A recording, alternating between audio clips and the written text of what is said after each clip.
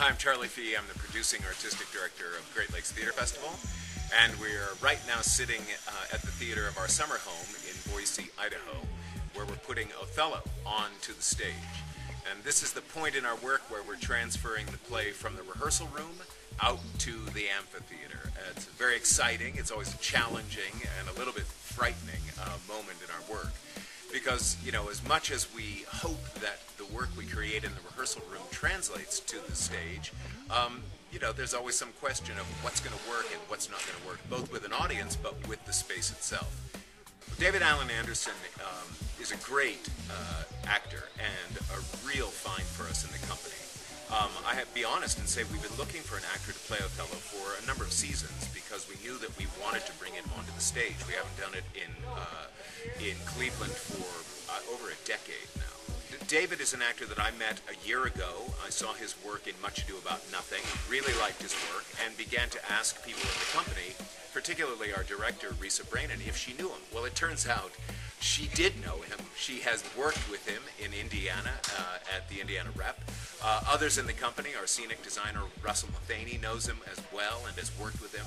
So lots of people around the team knew David, and that's always helpful because when you bring a new actor into any company, you know, the challenges are, look, will the actor like working with the group of people, the director, the designers, the other actors, and will that actor, you know, join in the team and get along with everyone, frankly? Well, David is a great guy and a great company member, as well as a superb actor. And Othello is one of the most challenging roles you can play in the canon, because the emotional range of the character is extraordinary. And you are, as in all the tragedies, brought from sort of the towering heights of power and prestige and glory and reduced to the lowest level of humanity. And that is, of course, what happens to Othello in the course of the play. He's also great because he brings a contemporary sensibility to the speaking of Shakespeare. He's very, very good with the text, but he doesn't sound, you know, like an old-fashioned classical actor, which is great and something that we're always looking for. So you will feel, I think, that the performance is very accessible and understandable and clear, but also I think you will be drawn into it as, you know, an event that could be happening today. Othello is clearly about the green-eyed monster, jealousy, and that is what's operating through this play at many, many levels. Particularly, of course, it is what will bring Othello down. And early in the play, we are warned by Iago, or rather, Othello is warned by Iago, that jealousy can destroy you. Now, Othello immediately dismisses that and says, I'm not a jealous guy, and I have nothing to worry about.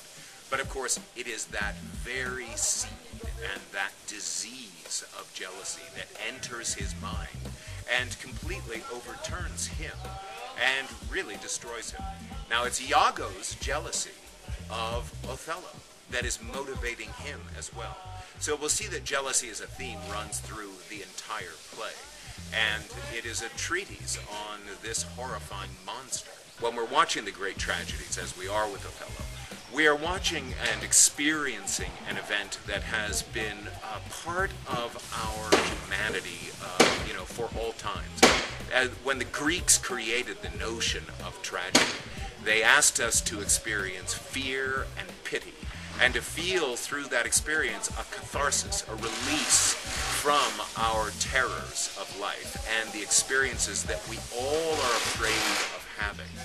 Theater, because of its aesthetic distance, allows us to experience that which we hope we don't have to experience in life, but that we know is part of being human. And Othello brings us that in the most remarkable way. And not somebody else dictating to you how to do your thing, which you know how to do better than anybody else.